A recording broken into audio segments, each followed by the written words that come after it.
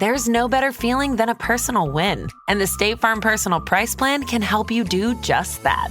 Talk to a State Farm agent today to learn how you can bundle and save with the Personal Price Plan. Like a good neighbor, State Farm is there. Prices are based on rating plans that vary by state. Coverage options are selected by the customer. Availability, amount of discounts and savings, and eligibility vary by state.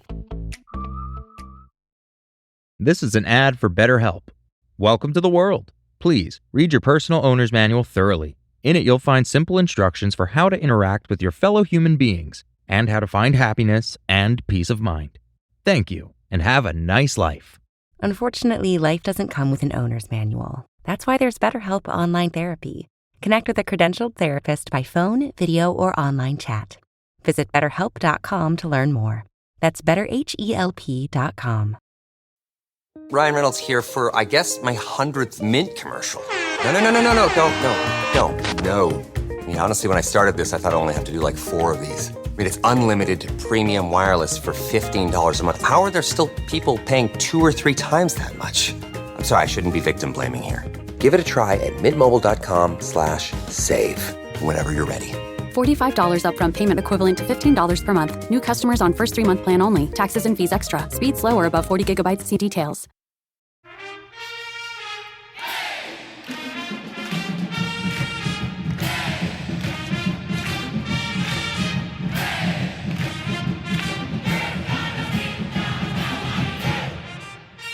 Hey there, Duke fans. Welcome to episode 649 of the DBR podcast, the Duke Basketball Roundup. Jason Evans here for your listening enjoyment.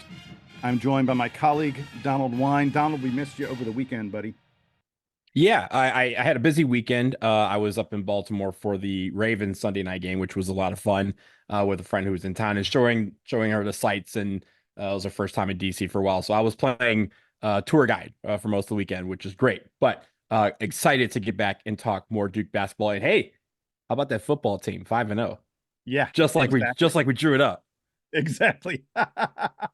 Look, we're going to have a little bit of a preview. We're going to talk a little bit about Countdown coming up on Friday this week, the Dribble for Victory over Cancer coming up on Saturday. I'll be in Durham for both of those. But before we get to any of that, we've got a special guest we want to bring in right now. He is Rod Baxley.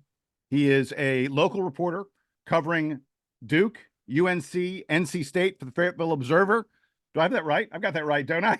Yeah, you got it, Jason. Yeah, that USA Today network. So we've got a few papers in North Carolina that pick up my stuff about those teams. So we try to spread the wealth as best we can. Excellent. And I'm just going to come out and say it, folks. The reason we're having Rod on is that he posted a video that I caught sight of at Duke Media Day, and this is my first question, Rod. You turned your camera on. The guys were, doing just some individual skill work. We had the big men at one basket. We had the wings at another basket, and what appeared to be the point guards at a third basket. And Cooper Flagg was with the point guards. He was with Tyrese Proctor. He was with Caleb Foster and Sion James. And I saw that video and I went, what is happening here? Yeah. Rod, what is your take on what Cooper Flagg was doing playing with the point guards? Look, he's a different breed, man. I mean, we've heard about it since he's been on the radar as a generational talent. I mean, he is that prototypical 6'9", 6'8" guy with guard skills, the perfect type of player NBA teams want to get. So this guy can do it all. He's not as flashy as, say, Zion Williamson or some other guys that might flash their athleticism, but he does everything at an extremely high level, and he can affect the game in so many ways. It's going to be fun to see how things play out with him in his one season at Duke. Speaking of the whole team and Cooper Flagg handling the ball this season is not going to be surprising, right? He's that kind of athlete that you can kind of see like a LeBron James who will take the ball at times when it's necessary. But I know you were at the practice, you didn't get to see a lot of it, but from that, what stood out to you about this team and their approach to this season?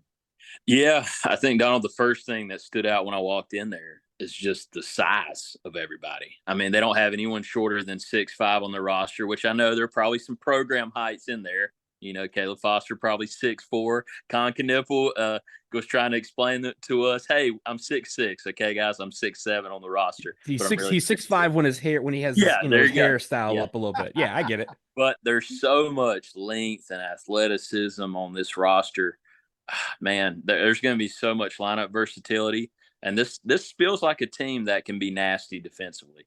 And we talked about it with Coach Shire and the assistant coaches on media day about that nastiness and bringing more competitiveness to the offseason. Whereas in normal seasons, you might have more individual work when you get all the guys together. They're still doing the individual work, but they were more focused on team aspects, competitive drills, trying to get that right attitude that they, quite frankly, lacked the last 2 seasons in crunch time. Of course, we've all gathered some intel over the summer, and we've seen some of the videos, and we've seen just what people are saying about some of these players on this team.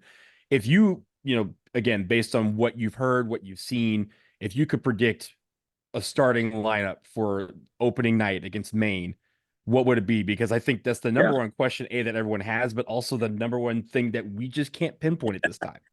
Yeah, there's so many options, right? I mean, we see Rothstein's tweet about the starting lineups, and everybody's going crazy. I think his was not in line with what we'll probably see. I think they were probably just splitting up Foster and Proctor because those are the only 2, prototypical point guards. I said that exact thing on our podcast the other day. Yeah. People, forget about these guys are practicing, man. You got to even things up a little bit. But if I have to go out on a limb and put our starting 5 prediction for the opening night, I'm going Proctor, Foster at 1-2. The 3 spot is a little tricky, but I would probably roll with Sion James, man. I think that would be an interesting way to come about it with the physicality he brings, the athleticism, obviously the experience. I think he can slide into that role. And then you got Cooper Flagg at the 4 and Kaman Malawach at the 5. And if you really want to go supersized, you could put Cooper Flagg at the 3 and Malik Brown at the 4 with Malawach. So there's so many options, man. I know coaches and fans get enamored with well, not coaches, but fans get enamored with starting lineups. But I mean, who's going to be on the floor in those final 4 minutes? We'll see. I think this team's going to have a lot of options as far as lineup versatility goes. So, Rod, hand in hand with a lot of options is the depth question. Yeah. I mean, look, we asked about starters. I think the real question is, it feels like, we've heard Darren Harris has just been tearing off the nets in practice lately. We know, unfortunately, Patrick Ngongba's in a boot, and so maybe you push him aside, but it feels like there are 10 guys who have ACC level talent on this team. How deep do you think Duke plays? Because traditionally, like, once you get to like number 7, they're not going beyond that, but it feels like there's no way this team could go less than 8 or maybe 9 deep, right? Yeah, I think situationally, it's fair to think, 10-11's not out of the question. I mean, you got guys like Darren Harris that can come in and be microwave guys with 2 or 3 threes. But the big question with that is, you can shoot, but can you get stops? That's what it's going to come down to. I mean, TJ Power could shoot, but he couldn't guard me and you. So if you can't guard, you're not going to stay on the court very long. They've got guys who can shoot and play defense. Exactly. So, yeah. This has a chance to be a really deep team. Best case scenario throughout the non-conference season before you get into the bulk of ACC play, you want to play as many guys as you can. See who can handle that spotlight. See who can carve out that role definition that all the great teams have. And then find that 8, more than likely, that you're going to go to on most nights. And then on other nights where, that main 8 doesn't have it, can 9, 10, and 11 bring you something, give you that juice where you might be lacking some juice against, one of the, teams that's not expected to be as good in the league standings because you need it. I mean, from top to bottom, you're going to need all these guys at some point in the season, and you want to know you can depend on them in those situations. So, Rod, following up on that, there's obviously a couple of ways you can approach the depth question, right? I think every year we say, we're going to go 10, 11 deep. We got all these guys, and then we end up 6 or 7, right? Yeah. But there's what you mentioned, right? Going 7 or 8 of the same guys every single night, and then 9 through 13 just don't see the floor. Yeah. Or you have 10, 11 guys who can go on any given night, and on any given game, depending on situations, you may have 7 of them, and that 7 may change. You may have a couple of constants, but between 6 and 10, you may have those guys rotate depending on who we're facing. Do you see it more that way, or do you think it's going to be like most Duke years where you kind of see the quote cream of the crop rise to the top and the rest of them have their minutes diminished as a result? Yeah, I think best case scenario, you don't want to be guessing when you're getting into the heat of things. You want to know who your main rotation guys are going to be. I mean, you want to play as many players as possible, obviously, especially in the portal area. You don't want anybody to get mad. But at the end of the day, it's about winning and which players give you the best chance to win. So you might, in theory, have 11 really talented guys, and Duke does on paper. I mean, they've got as many good guys as you can have, arguably the most talented roster in the country, but you can only play 5 at a time. So I think we'll once we get to January, February, we'll know who those main guys are. But like I said, there are always situations that pop up.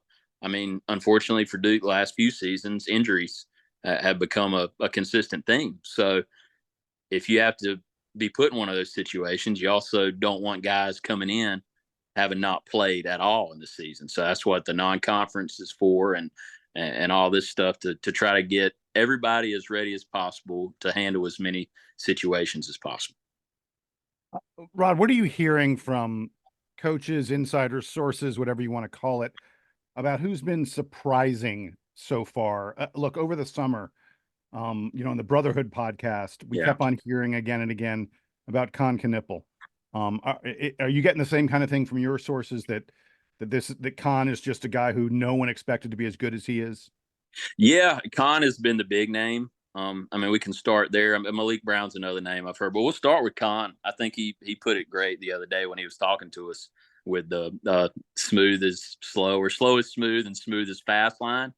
When you can play basketball like guys like Con Knipple play, when it's about angles and leverages and knowing how to play off of 2 feet, you can play basketball against anybody, because so many guys rely on their athleticism and skill without thinking about the fundamentals of the game or the right spots to be in. And it appears like Con is superb at getting to those spots, using his body in the right way. So from what I've gathered, this dude's going to have to play. And, he might not pass the eye test, so to speak, when you're looking at a Duke or, these blue blood teams with athletes galore, but he can play basketball, and they're going to have a hard time keeping him off the court. And then with Malik Brown, we've heard about his defense all summer, just deflection. And he had that reputation at Syracuse. And when you have guys like Flagg and Malawach around you, it's got to make things easier, because, you have that rim protection. So they'll be able to take more chances. I mean, you don't want to gamble too much and give up too much at the rim. But when that back line is what you expect it to be as far as rim protection, you can dig a little deeper and try to get out in those passing lanes a bit more. So I would say, yeah, Malik Brown and Con Knipple are 2 names we've heard consistently all summer as guys that can come in and really be impactful right from the get-go. Okay, so we have spoken all summer about all the great things that this team is capable of doing, all the hype that we've seen. Yeah. But look, a lot of things have to happen for us to win, and it's not always going to go smoothly. I know it's October 1st. How is it October 1st already? I won't get into that. But on October 1st, if there is an Achilles heel of this team that they can identify now and try to rectify before the season starts, what in your mind do you think that is? Yeah, I mean, first off, you got to look at the guards, man. They're putting a lot of stock in Tyrese Proctor and Caleb Foster being dudes in that backcourt.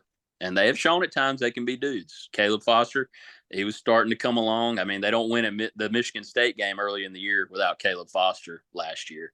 He was starting to find his niche within the team, his role definition, but before, the injury at Wake Forest and then being out the rest of the year. But can he maintain that in his sophomore year after missing some time? Can he be one of those dudes you can rely on every night when you don't really have that veteran leadership in those guard spots, aside from Proctor, who has been as hot and cold as any Duke player when it comes to fan interest the last few seasons. I think they're both capable. I think Proctor, you're probably going to see a more mature version of him this year, and he hasn't been awful. I mean, I think the expectations were probably a bit unfair coming into last year, which technically could have been his freshman year. I mean, people forget he reclassified to join a year early.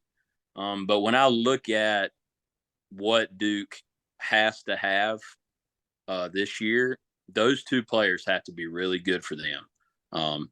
Because when you look at everything else around them, it's good, but those are your two lead guards. And if your lead guards aren't good, your ceiling's only going to be so high.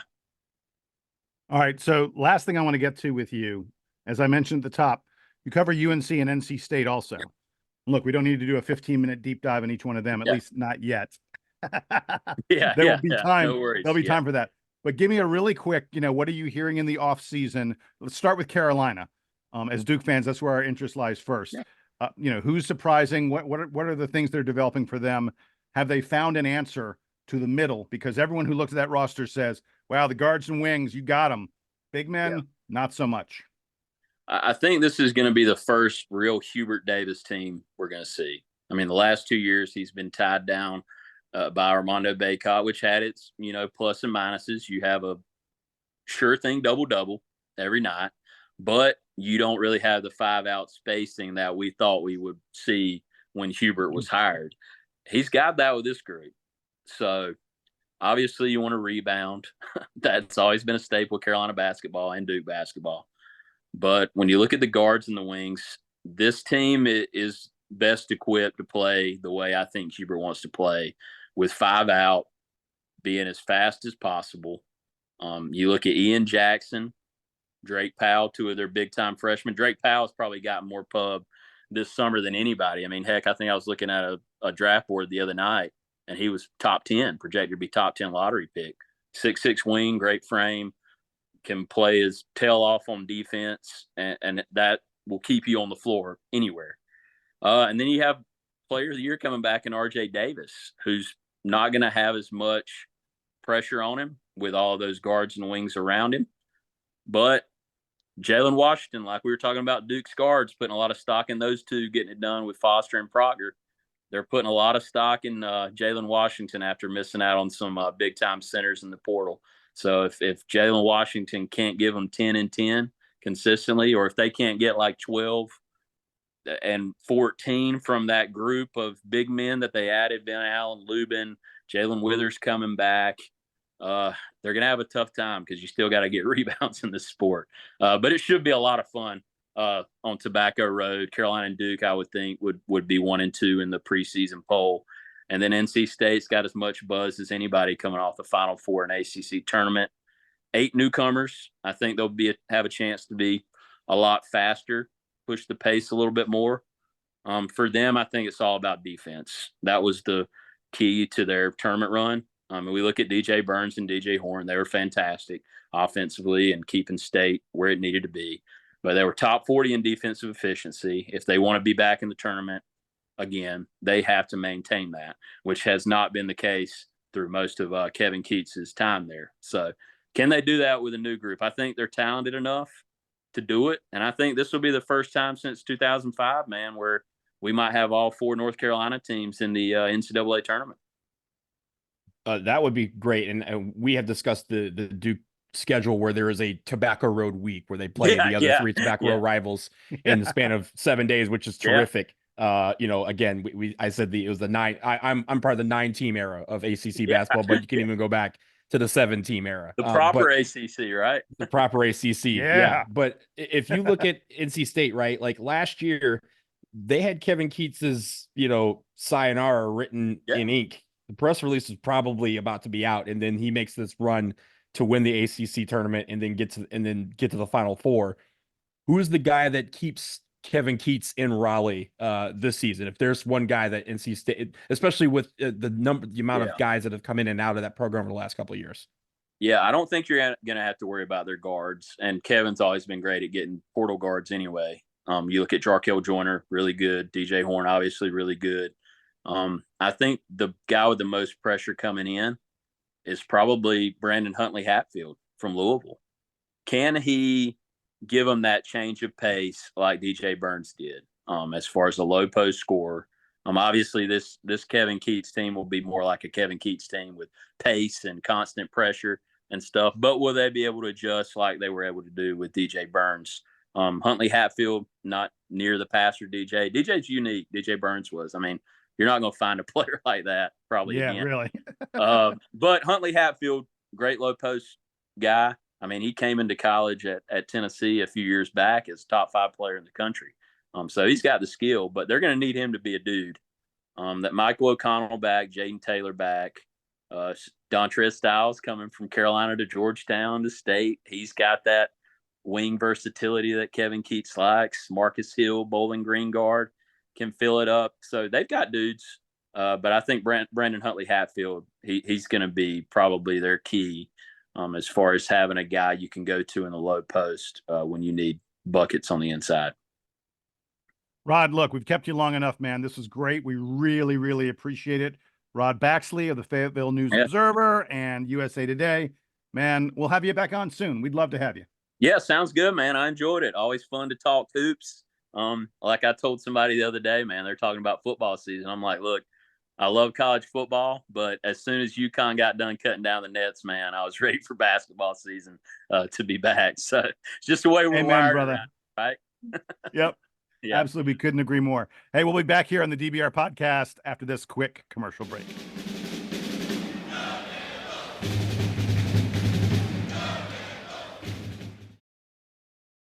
Most tax pros leave a message. It's Jane. I'm moving on to a TurboTax expert who beat your price. Adam Devine, tell him how I feel. Hey, tax pro, she's been thinking twice. Best believe TurboTax will beat your price. This is a tax break.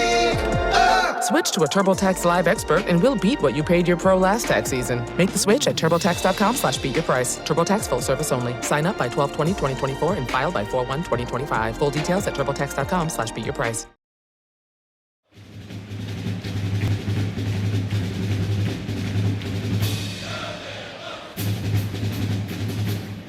All right, we're back from the break, Donald. Really quickly, just a super fast reaction to what we heard there from Rod Baxley. I loved what he said about Malik Brown.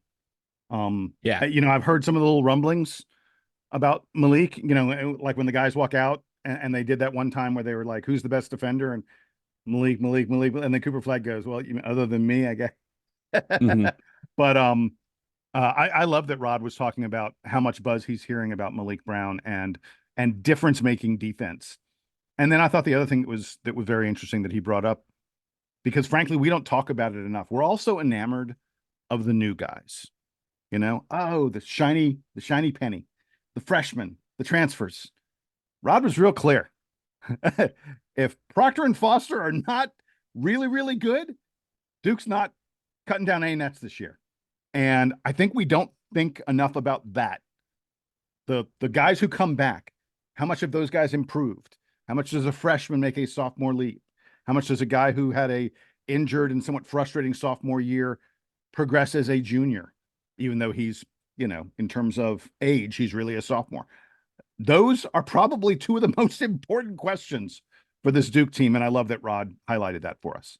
Yeah. And it's funny. Those are the two of the things that I took note of when he was speaking. The first thing about Malik Brown, you mentioned that one video that was very, you know, it feels like years ago, but it was back at the beginning of the summer when they kind of said, hey, who is the best defender?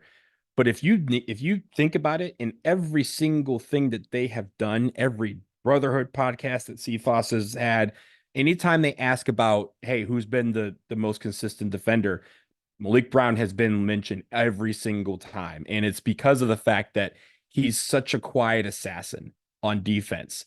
I think I forgot who it was that said it, so I'm not going to attribute it to any one person in particular. But one of the guys on the Brotherhood podcast basically said that Malik Brown, it feels like you don't see him for 3 or 4 plays in a row, and then all of a sudden 3 or 4 plays in a row, he makes the play.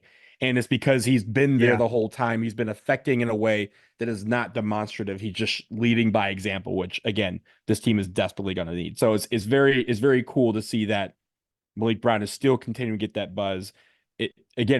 As I mentioned, it adds to the kind of confusion and really just the number of possibilities that there is for who could start, who could play, minutes at exposition, because all these guys, we've heard about them all summer in each of the individual ways.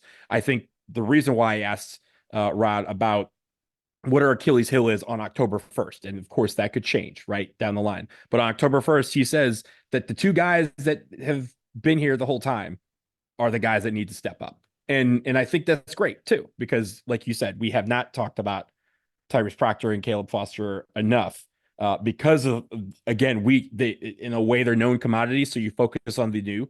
But the known commodities are what's going to get us to the promised land. And I think that's a really good shout by him to focus on, the guys that are already here as part of this combination. And it's not just going to be the new guys who come in and take over. We need to have everybody on this team. And that starts with the guys who have been here all along. Yeah, no question about it. Donald, I want to give you a chance now. Football, baby. 5-0. And a victory over UNC, a crazy victory over UNC. You did not get a chance. Scott and I had a nice conversation. The floor is now yours, sir. Give me your reaction to the Blue Devils' win over the Tar Heels. Well, first of all, thank you, Scott, for standing in my stead. That was very much. Well, he was good, wasn't he? Man, he was very good. It was a great show. Scott always is fun when he's on this show. He's a friend of the pod for life, and he did well to sub in for me. Again, he's our go-to pinch hitter as I watch my Tigers in the playoffs right now. But I will say, when it comes to Duke football, I think he summed it up by saying, like, oh, this game was listless. It was boring until we ended up winning it. And it is the greatest game ever. And the fact that we celebrated with the bell, that the guys were so just outlandishly in having so much fun with it. I will say this. I think Manny Diaz is kind of underestimated. When he was in the post game, he kind of like said, deferring to the players, right? But I don't know if you remember this, I think we talked about this on the show, but if not, Manny Diaz was under Mac Brown at Texas. Yes. He got fired by him after a display where, Texas gave up a lot of points, and he was labeled the scapegoat, and Mac Brown fired him. In 3 years at Miami, he played UNC 3 times, played Mac Brown 3 times. They both came in to their position at the same time. He lost all 3 times. So this was major payback that he had been waiting for since he got fired at Texas. He finally got it in a Duke uniform. So I think in a Duke polo shirt, I should say. So that I'm really, really happy for him on that. And of course, as you mentioned, it's always great to beat Carolina in anything that we do, whether it's, traffic, whether it's basketball, whether it's football. We really enjoy it. And I think coming back in the way that they did, I think it was the 4th largest comeback in Duke football history. That is amazing to do it against your rival and to take the bell and keep it in Durham where it belongs. Yeah, and you also mentioned, Donald, when you and I were chatting, the notion of Duke competing in the ACC.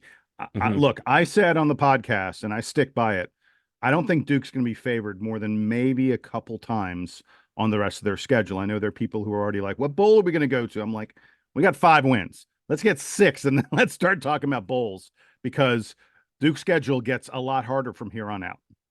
Yes, it certainly does. And at the beginning of the season, I picked in one of my futures drafts, I picked Duke to go over 5.5 wins.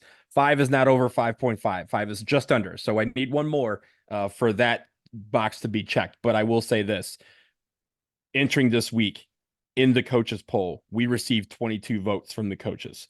That is a far cry from where we were at the beginning of the season, where we were, I think some, Sagarin and some of the ratings had us down in the hundreds or close to the hundreds. Yeah, by the way, we got 0 votes in the AP poll, which surprised me a little bit.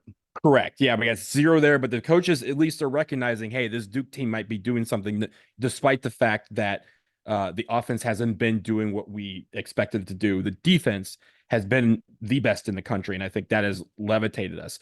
And you mentioned the games going forward. I mean, look, as my best friend once said, the teams that we have against coming up, all of those games are winnable, and all of them are losable based on how we play. But I will say this: we are underdogs on the road to Georgia Tech. That it's been a while since we've beaten Georgia Tech on the road. It's been 6 or 7 years, I want to say.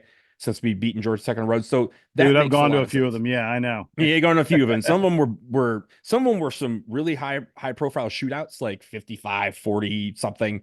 And then there's some where just, I'm sure you were in the car at halftime because there was nothing left to watch. But that's understandable. Don't rule us out to be favored against Florida State in 2 weeks. When we come off a bye week, it's a Friday night in Durham. Don't rule that out. SMU and Miami. Miami is the one certain one that we're going to be underdogs to. That's fine. Because if you think about it, Jason, there's only 2 teams in the ACC left that are undefeated. And it's my 2 alma maters, Duke and Miami. So Miami is the one. SMU, sure, we might be underdogs there. But Virginia Tech, Wake Forest, I think that those teams aren't showing enough. And Wake Forest has not been doing well, but Virginia Tech has We're been going to be a favorite very over Wake Forest. inconsistent. I'm almost certain of that, unless the wheels really fall off. That's the one NC game State, that I look at and I go, that's the game you look at that you go, Duke should win that game for sure. Yeah, and NC State and Virginia Tech. NC State, I believe, is on the road. Virginia Tech is our last home game on November 23rd. Yeah. Those can be toss-ups, especially if we keep winning. If we enter November and we're at 6-2, 7-1, right? That'd be unfathomable. It means that mainly we probably lost to just Miami. If we get through this month and we only have 1 or 2 losses on our record, those 2 games I think are winnable games, and I also think we'd be favor of them because I think the way that it will match up is we'll be probably ranked at that point. I think a lot of people are starting to really turn around and say, "Oh, Mike Elko leaving for Texas A&M was not sending Duke football back to the Stone Ages." They have rebuilt, they have retooled. Yes, they have some things to work on, but this is a good football team. It's at least a good enough football team that I'm sure Georgia Tech is staying up all hours of the night this week, preparing for us to come to town. I'm sure Florida State has a couple of other games to deal with, but they're going to be really worried when they come here, especially staring out at a 1-4 record that they have right now. Duke can sit there and look at this game and go, hey, we remember last year where we probably should have beaten them. Remember last year where we probably shouldn't have beaten Notre Dame. This is another big game on national TV at home.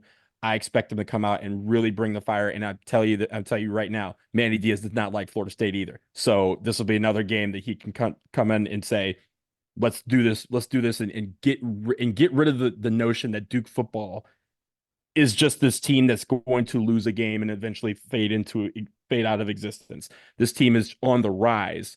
And I'm hoping that everyone continues to support this team as they go along, because the more that they keep playing, the better they get, especially on defense. And the more people start to recognize that, yes, this team might be the better team on the field.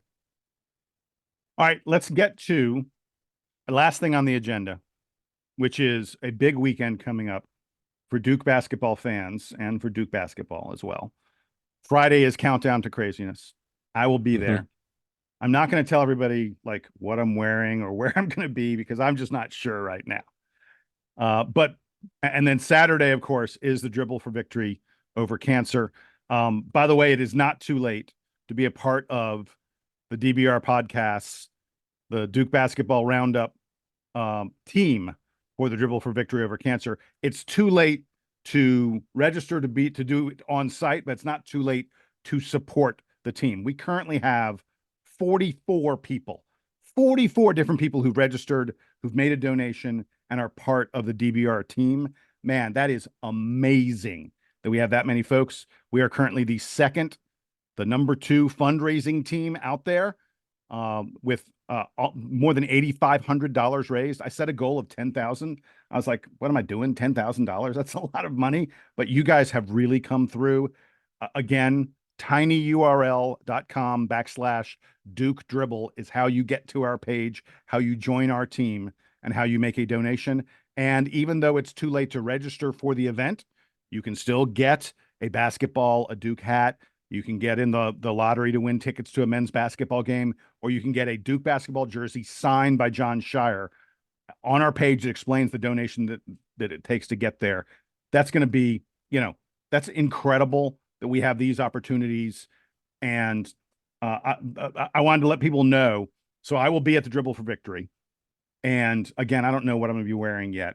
I don't know exactly where I'm going to be. I'm not sure the whole setup of the whole thing. But if you check out our Twitter feed at Duke Roundup, I don't call it X, it's Twitter, at Duke Roundup.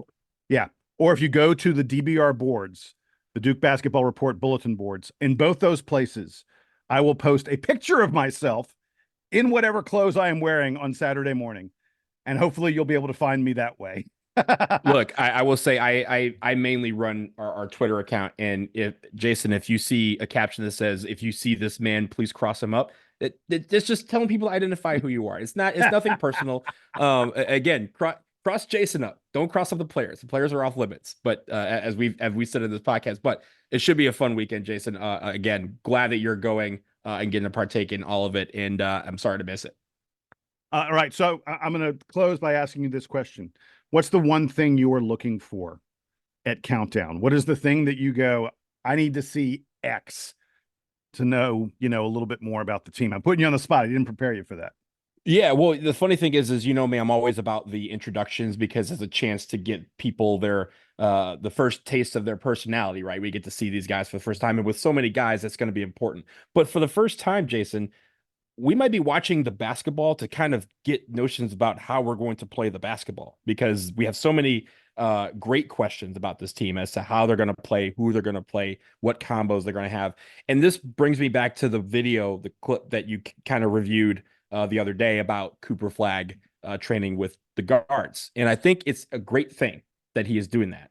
I think it's a great thing for anyone to do that, because this team, as we've said, is going to be about positionless basketball in a way, right? We're Spencer Hubbard's not lining up at the centers, and Kama Malawach is probably not going to be the point guard. But between those two guys, you have 11 other guys who could play basically any position, and you want, just like anything, right?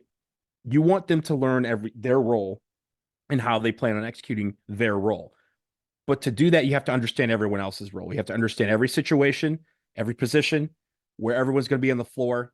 And it's in anything, right? In football, when they say the left guard knows where his gaps are and where his blocks are, he also has to understand where everyone else on the line is going to be, and where the running back's going to run through the hole, or where they need to do max protection, how they pick up the blitz, who shifts over. Those are all, one guy has to learn 87 different things to execute his role. When I played basketball, Jason, I trained with the bigs at some point. Now, you have seen me. I am not 7'12". I'm more like 5'9". I'm not lining up. I'm not going to be mistaken for Kama Malawach, but you learn about how those guys play and how they operate and where they're going to be on the floor and how to best get them into that position. Also, it trains you because there's going to be a point where anything can happen, right? We may have some injuries. We may have foul trouble. We may have shooting slumps. We may have to rotate the squad a little bit because of Saturday, Monday double doubles. All of that affects who's on the floor and what positions they play. Tyrese Proctor and Caleb Foster may be our starting backcourt, but they're not always going to be the two guys in the backcourt at the same time. They're going to have other guys with them, and you have to learn about everybody in this team to get better. So I'm looking forward to seeing the combinations of players. I'm looking forward to seeing how well they play with each other, because the one thing that we've heard about this team is that how well they have come together and gelled in the chemistry that this team has. I'm really looking forward to seeing that on display on Friday night. Yeah, my thing, I'll tell you this. So obviously, look, you're crazy if you don't want to see what Cooper Flagg looks like and the way he impacts the geometry of the game. You're crazy if you aren't excited about seeing how Con Knueppel, is able to knock down shots and use his body and use angles to create opportunities for himself.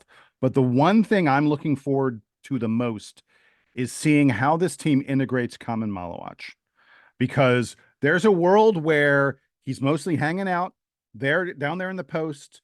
They, maybe throw an occasional lob or something like that, but they're relying on him to clean up rebounds and put back dunks, and that's really it. And there's also a world where they're moving the ball through him a lot, where they're feeding him in the post a lot, where he's moving around and stepping outside and taking three-pointers. There's such a gulf, there's such a wide gap between what he could potentially be based on little snippets that we've seen and heard about, and what he also could be based on, look, the reality of a guy who's trying to integrate to American basketball, who's, not the most mobile big man. I'm just fascinated. I'm going to be fascinated, I think, at seeing how they use him and how much they use him. we got a glimpse from a practice on a brother, not on a brother podcast, I should say, on a Duke Blue Planet, where we saw John Shire talking about use this guy, get it. And I think the thing to me that I think maybe some of the national experts on college basketball, one of the reasons Duke is in this, second half of the top 10, I think people maybe don't realize how impactful Kamen Malawach can be for Duke. And when I think about this team as potentially a team that wins a national title, that surprises everyone and is better than expected, it's because I think there is that potential on Kamen Malawach that, frankly, there just aren't a lot of other big men in the country who have his potential and can do the things he can do. So that's the thing I'm looking for the most. How are they using him? Are they using him a lot, or is his usage rate mostly getting rebounds? And it leads to the greater thing, right? You kind of mentioned it. Most people are looking at us. You have a couple people who have us like, hey, number 2, number 3 in the country. And most of them have us between 6 and 10 because they don't quite know what to make of this team yet because they haven't seen us. Friday, we all get to see them kind of play on a court in front of the lights of Cameron for the very first time. And hey, based on that, you might see some adjustments where you kind of go, oh, this Kamen Malawach dude is really good. He can shoot threes. They got him out here. They also got him dunking over Malik Brown. That's great. Oh, wait, you got Malik Brown, causing steals and havoc inside. Great. You have Con Knipple hitting from, outside in Kville. Great. Cooper Flagg is the second coming of Messiah. Great. Like all these things are all question marks that we kind of have. And for the first time in a very long time, yes, every season, Cameron or Countdown to Craziness feels like the unwrapping of the holiday presents, right? The Christmas presents. This time around, we don't know what's in that box. Unlike some of the other seasons that we've seen a lot of guys come back and we kind of know the known commodities, but it's going to be interesting to see how that all goes. And of course, it's a fun event. And I think that's the best part is you get to see their personalities come out. We get to, kind of meet them, the people, as opposed to them, the student athlete. Look, by the way, everybody, just in terms of expectations before we go, Donald and I probably will not have a reaction podcast to Countdown until Sunday. I'm going to be obviously very busy on Saturday with the Dribble for Victory over Cancer. So we will have our reaction podcast on Sunday. We will probably do a separate podcast probably on Monday or maybe late Sunday, depending on where it hits your feed, where I'll talk about what I see in the practice when I get to attend a practice on Saturday, which is going to be a pretty revealing, I hope, opportunity for me to tell all of you how this team is shaping up. So I just want folks to have their expectations set. You may not hear from us for a few days, but then it's going to start coming at you. The fire hose is open from the DBR podcast, right, Donald? Oh yeah. I mean, look, we got Countdown to Craziness. We got Dribble for Victory over Cancer. We have an open practice. Duke at Georgia Tech. The only reason Jason's not going to be at that football game is because he's going to be in Durham. I can't believe it's the same time. I'm in Durham. It's no fair. Will you pass each other in midair? That's the question. If you see the plane, wave at the team as they roll by. Make sure the varsity is ready for their arrival. But it's going to be a great weekend for everybody. If you're going down to campus this weekend for all of the festivities, again, look for Jason. I will post a picture of him. If you see this man, please relocate him to Cameron. If you see him elsewhere on campus, just kind of steer him towards Cameron, because everything is a little different now on campus. There's some new walkways that Jason is going to have to discover when he's down there. But it should be a fun weekend. Everyone have a great time, and I'm looking forward to watching the people who can't get there. I believe it's on ESPN Plus, Countdown to Craziness. So you'll be able to see. Everyone's going to be able to see our team at work, and come with the questions, come with the headlines, whatever, dbrpodcast@gmail.com. We want to hear from you after Countdown. Absolutely. Donald, you were definitely right about that. It's the two of us talking, but we want to have a conversation. dbrpodcast@gmail.com. Reach out to us and we will hear from you. All right, that's it. Again, our thanks to Rod Baxley of the Fayetteville NNO for telling us all about what he's been hearing about Duke, UNC, and NC State. That is Donald. I am Jason. This is the Duke Band playing us out and taking me to Durham this weekend.